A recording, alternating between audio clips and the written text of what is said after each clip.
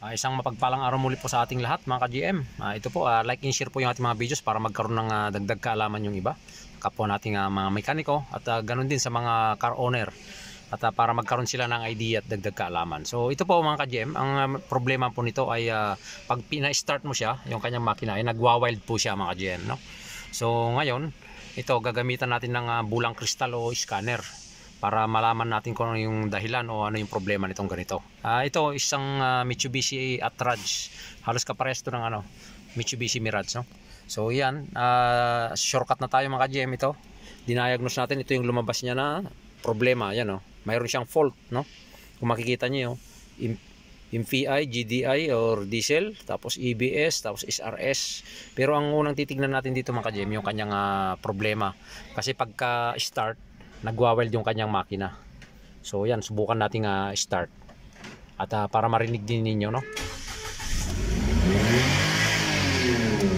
So yun, in-start natin, nagwa-weld yung makina niya. Nag-high throttle siya, tapos makita nyo naman yung RPM niya rito.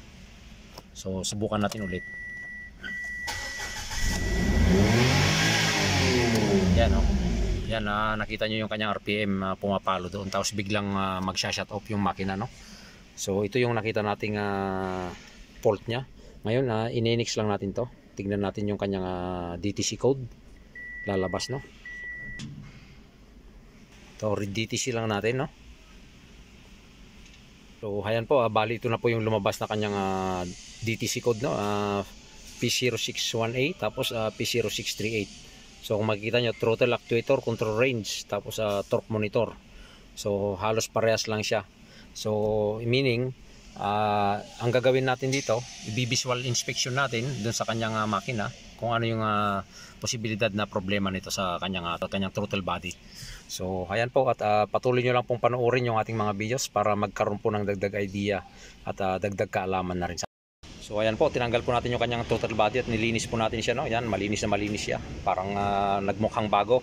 Ngayon, yung kanyang map sensor, nilinis din natin siya dito.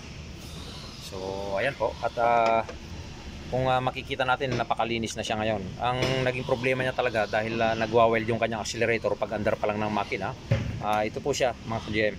Kaya like and share po yung ating mga videos yan. Kung makikita ninyo, na bingaw siya rito, lumabas yung kanyang pinaka-electronics dito. Connection, no? Yan, ito yung kanyang connection. Tapos dito nagkaroon siya ng cracks.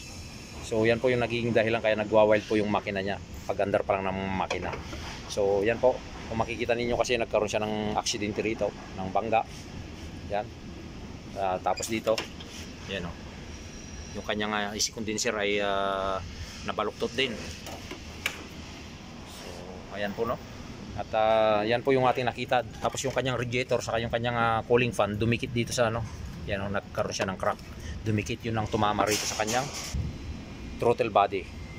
So kaya nagkakaroon siguro ng shortage sa loob, kaya nagwa-wild yung kanyang makina.